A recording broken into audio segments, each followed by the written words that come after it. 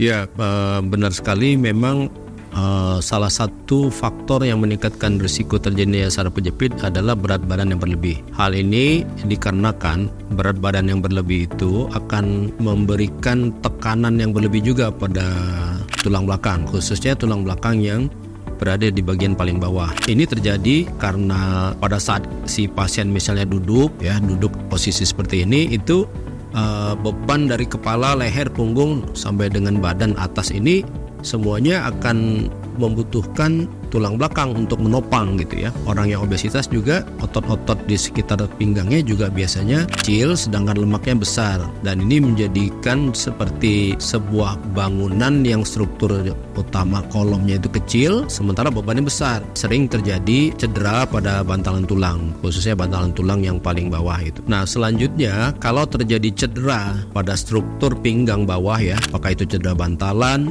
atau cedera pada sendi atau ligamennya yang jadinya akhirnya menebal, itu akan berdampak pada resiko saraf kejepit. Saraf kejepit itu sendiri sebenarnya problemnya bukan di sarafnya, tapi di jaringan di sekitar saraf tadi, seperti bantalan yang rusak karena berat badan berlebih, ligamen yang menebal karena berat badan yang berlebih, atau karena sendi yang bengkak juga karena terlalu berat menopang berat badan pada pasien-pasien obesitas. Ada risiko karena pada kondisi normal orang yang tidak berlebih berat badannya biasanya aktivitasnya akan lebih banyak.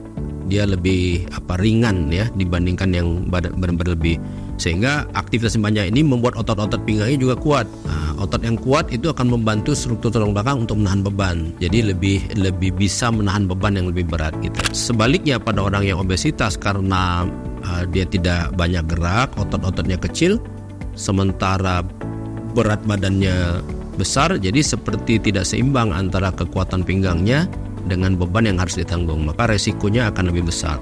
Pasien obesitas, kalau dia obesitasnya dari muda, itu akan lebih mudah diatasi ya, karena pada orang muda itu latihan otot masih sangat mungkin dilakukan. Kan berbeda dengan orang tua. Kalau obesitas sudah tua, itu program untuk melatih otot itu akan dirasa lebih sulit gitu ya. Saya menyarankan juga pada pasien obesitas agar menurunkan berat badan secara bertahap, tidak dengan buru-buru ya, tidak drastis, tapi secara bertahap, misalnya 1 bulan 1 kilo.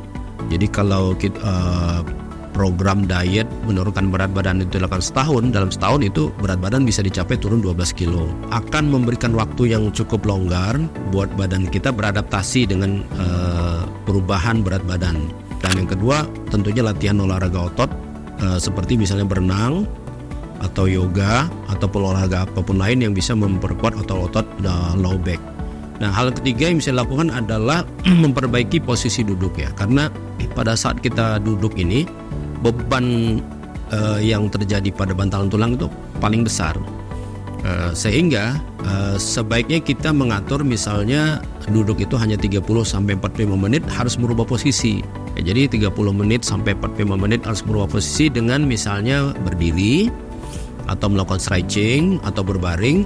Nah, kemudian bisa duduk lagi selama 30-45 menit. Hal yang salah yang umum dilakukan adalah kalau sudah duduk itu malas merubah posisi, malas bangkit kan.